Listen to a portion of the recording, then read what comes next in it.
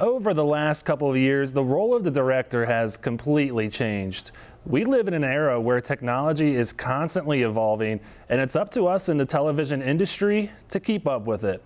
With that, the role of the director is more important now than ever before. Now, in years past, the director was the set of eyes and glue that put that newscast, football game, or reality show you were watching at home all together. Directors work hand in hand with producers to make sure the correct elements are going on air at the right time in the right format. As a director, we are responsible mainly for quality control. We make sure the product going over air looks the best it possibly can and exactly how it's formatted after being handed down from the producer. Our producers are responsible for finding the most relevant stories and any breaking news for the day and integrating them into the newscast. Once they get those stories and events from the day, they track down the most compelling video and send us all the graphics we'll need directly to our Chiron computer. When they finalize that, they leave it in our hands to bring the show to life. These two positions will always be linked to one another in regards to any form of production. Each director and producer can't make the show happen without one or the other.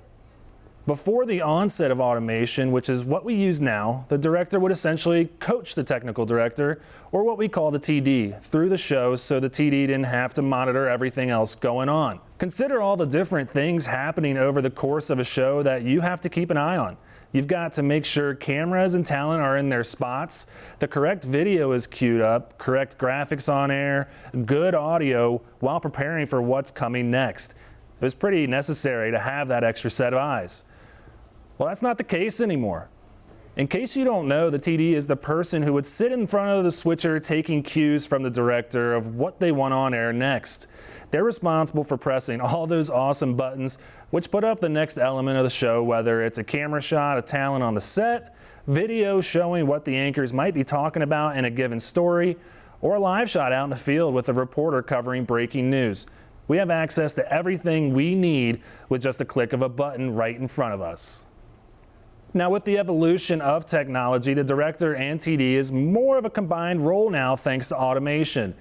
You may have heard the term before. Automation is a more computer-driven way of doing shows. We went from having to worry about 200 plus buttons to managing maybe 20 to 30 over the course of a newscast.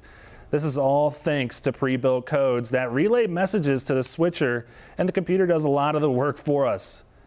Now, there is still a physical switcher right next to us in the event of an emergency and say something happens to the automation computer. It's also there because, well, the computer still communicates with the switcher, and that's technically what is punching what we want on air.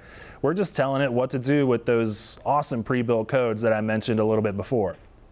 That frees up a lot of time for the director to monitor all those moving elements. Directors are essentially their own camera operators in the studio because the tech evolution has even changed the way we use cameras. Nowadays, most stations, including ours, work with robotic cameras that have pre-built shots that we set at our disposal. No more floor directors or production assistants needed to set the shots. All we need to do is either drop a code with the shot that we want into the rundown or simply press the button of the shot needed on a controller that sits right next to us. Now, the same can't be said for live reporters out in the field, as they and their photographers are in complete control of their own shots, but we are in direct contact with them in case we need to make some adjustments. So communication is as important as ever with the director and talent, either out in the field or in the studio. With nobody needed to run the floor anymore in the studio, directors need to also make sure the talent in the studio are in the right spots. Being in the wrong spot can really throw off the flow of the show. One of the most important roles of the director now is running audio as well. I will always say the most likely thing to get viewers to change the channel is really bad audio. So it's important that we get it perfect and make sure all the correct mics are up at the right time. You can see in our audio booth, we don't have anyone sitting back there during the shows anymore. It all comes from that code I keep mentioning that we set up and drop in the rundown, and the computer handles the rest. It's really quite fascinating. We can control all the audio from a board that is roughly 30 times smaller than the solid state logic board we used to run off of.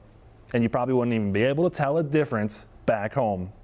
With the role of the director changing exponentially as technology is evolving, we're able to condense 5 jobs into one: directing, technical directing, graphics, audio, and floor directors, which has freed up other positions to focus on other elements of the show. So with excellent communication between directors and producers, it's now possible to put on award-winning shows with just 2 people in the control room.